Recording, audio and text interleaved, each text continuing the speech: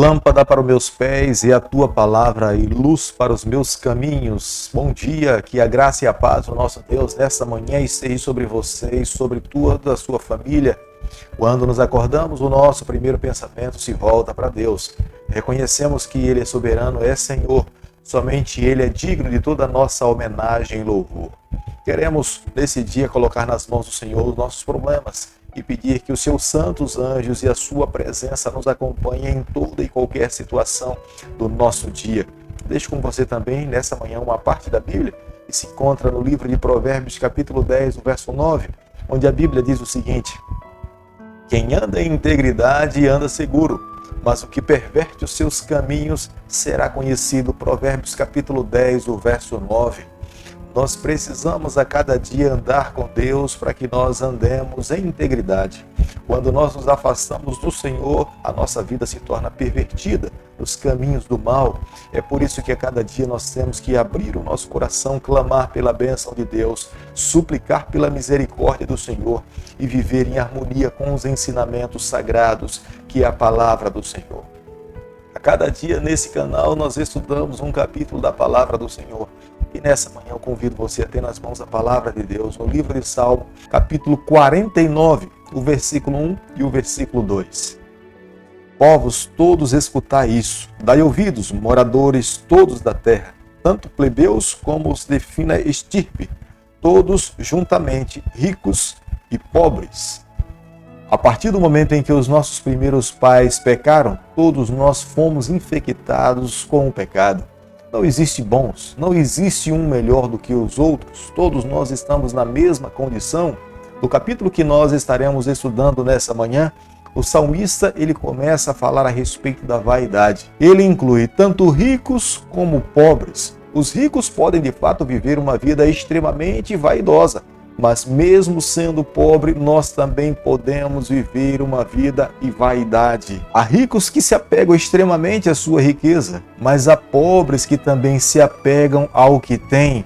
Na verdade, nós precisamos nessa manhã refletir que somente o Senhor deve ser o centro da nossa vida. Quando nós colocamos alguma coisa no lugar do nosso Deus, nós estamos idolatrando ou agindo com vaidade com respeito a essas coisas. Aqueles que vivem uma vida vaidosa nessa terra, aqueles que se apegam aos bens que possuem nesse mundo, estão vivendo como se não fosse viver para uma outra vida. Estão vivendo para essa terra, não estão vivendo para a eternidade. O chamado de Deus para todo cristão, para todo aquele que lhe ama, que se coloca nas suas mãos e permite que ele seja o centro da sua vida, precisa desapegar-se das coisas desse mundo e se apegar exclusivamente no braço do seu Deus, do seu Senhor, e viver com ele para todo sempre. O salmista Davi, nesse mesmo capítulo, ele faz um apelo a todos os leitores da Bíblia e a todos os seus ouvintes. O que o nosso Deus tem preparado para nós não pode ser comparado ao que nós encontramos nessa terra.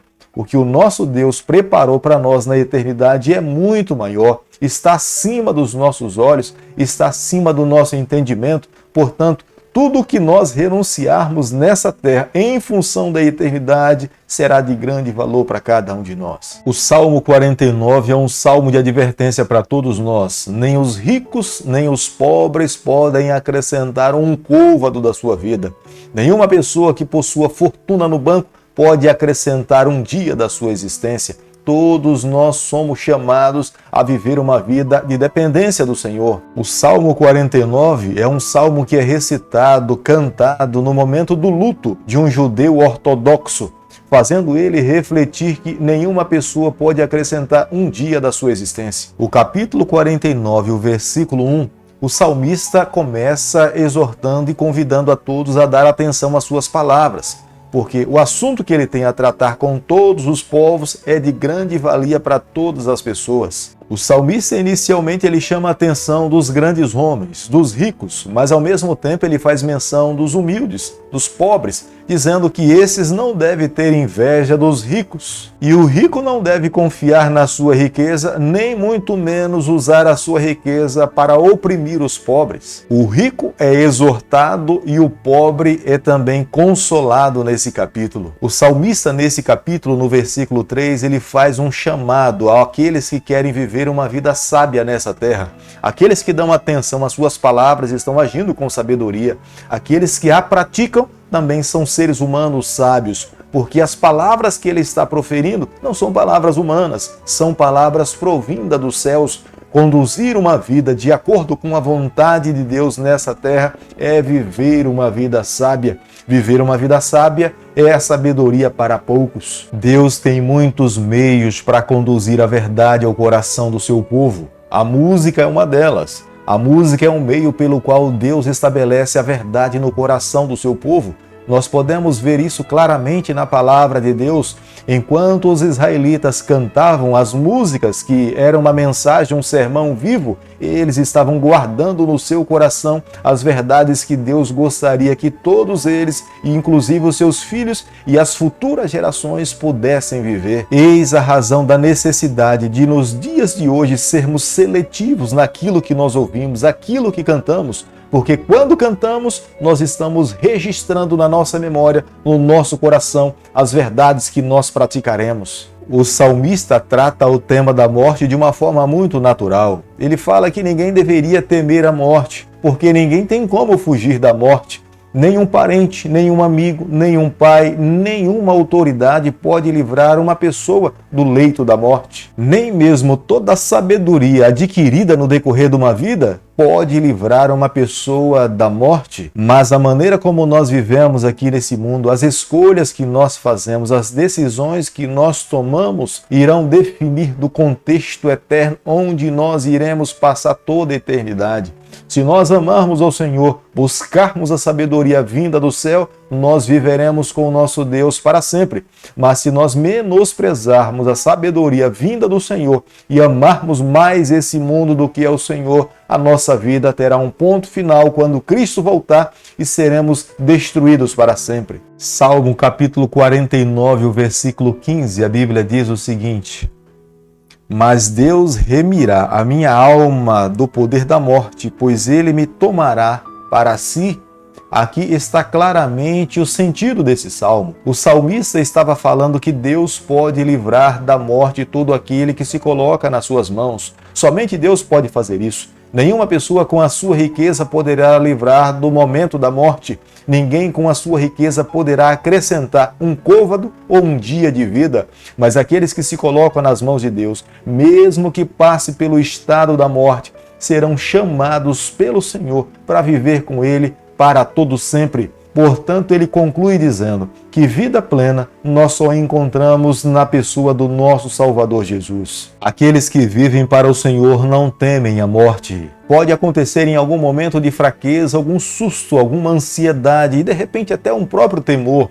Mas cada vez mais, quando nós vivemos para o Senhor, nos aproximamos dele, amamos cada vez mais a ele, entregamos a nossa vida nas suas mãos, nós passamos a não mais temer a morte, porque a nossa fé está fundamentada no Senhor, nos asseguramos na sua palavra e cremos que quando ele voltar com seu poder, glória e majestade, ele é o Senhor da vida, ele dará ordem com seus próprios lábios e os mortos que dormiram no Senhor se levantarão primeiro, encontrarão com o seu Deus e viverão com ele por toda a eternidade. Há muitas pessoas que louvam e bajulam os ricos, aqueles que acumularam muitas riquezas nessa terra. Mas todos os grandes ricos que já passaram por esse mundo estão mortos, estão sepultados. A sua riqueza não pôde fazer nada por eles. Eles não puderam somar nem um dia sequer da sua existência em função da sua riqueza.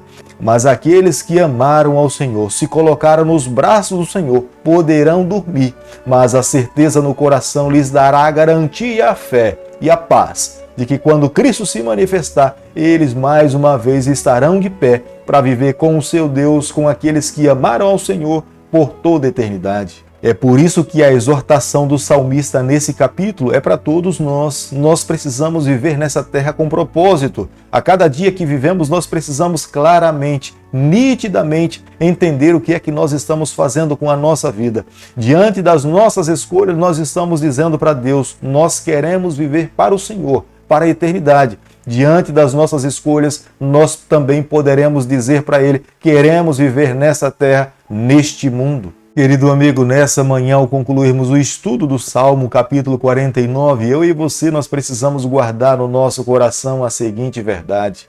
A maneira como nós vivemos aqui nesse mundo define o contexto eterno da nossa vida. Ou vivemos para o Senhor, ou vivemos para essa terra.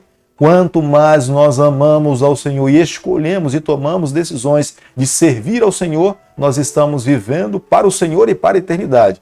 Mas quando escolhemos amar os prazeres desse mundo, nós, na verdade, estamos rejeitando o Senhor e estamos colocando um ponto final na história da nossa vida.